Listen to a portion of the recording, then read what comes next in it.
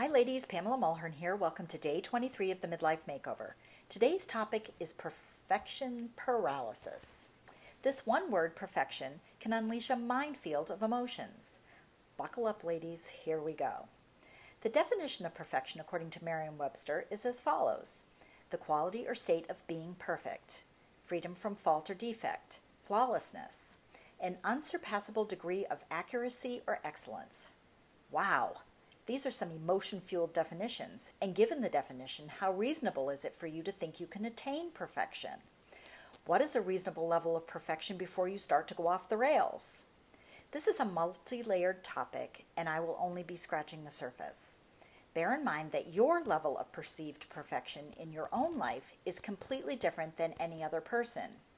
Your level of perfection is influenced by family background, self-confidence, social media, friends, relatives, and the list goes on and on. This is a hot button issue, and I only have time enough to make you aware of how perfection paralysis may be playing a part in your life.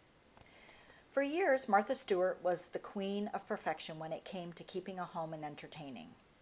As beautiful as the things she and her team accomplished, what was the effect on the rest of us trying to emulate her?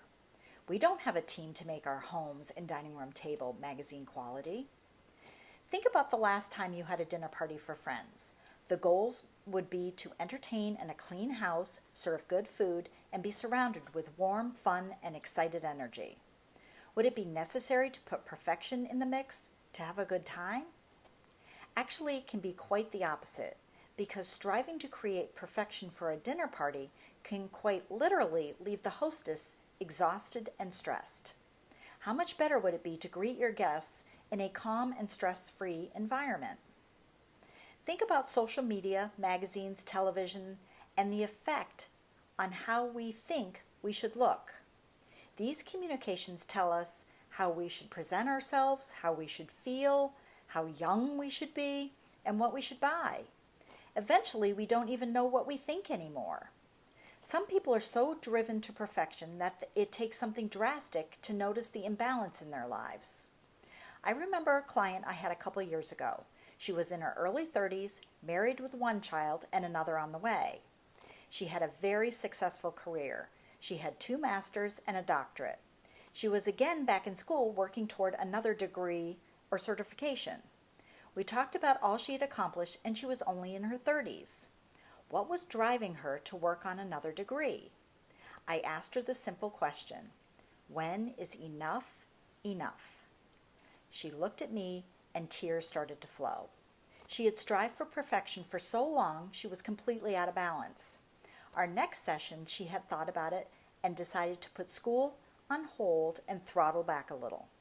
It had occurred to her over the week that she was striving for all this success and perfection not just for herself, but for her parents.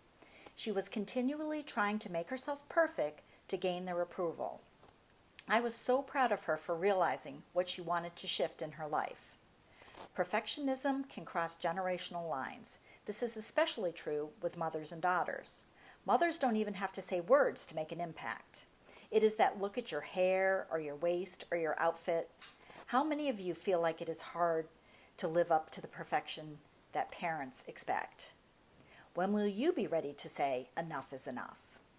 It is important to realize that perfection does not add value to your worth. Think about that. It leads to a further erosion of your self-confidence. A person that does not have inner self-confidence might try to make her environment appear to be perfect as a cover for what she is lacking on the inside. The goal should be to strive for progress, not perfection. For today's assignment, sit for a moment to take a look at what role perfection plays in your life. Write in your journal where striving for perfection may be out of balance. Make a list of areas that need attention. How can you dial it back and be true to who you are regarding perfection? Where in your life would you say enough is enough? When you think about the fact that perfection does not add value to your worth, what comes up for you? Is perfection eroding your self-confidence? How can you make changes to free yourself of perfection paralysis? As always, please let us know what you're thinking in the comment section below. That's it for today. Spread positive energy to those you meet, and I wish you all a sparkling day. See you tomorrow.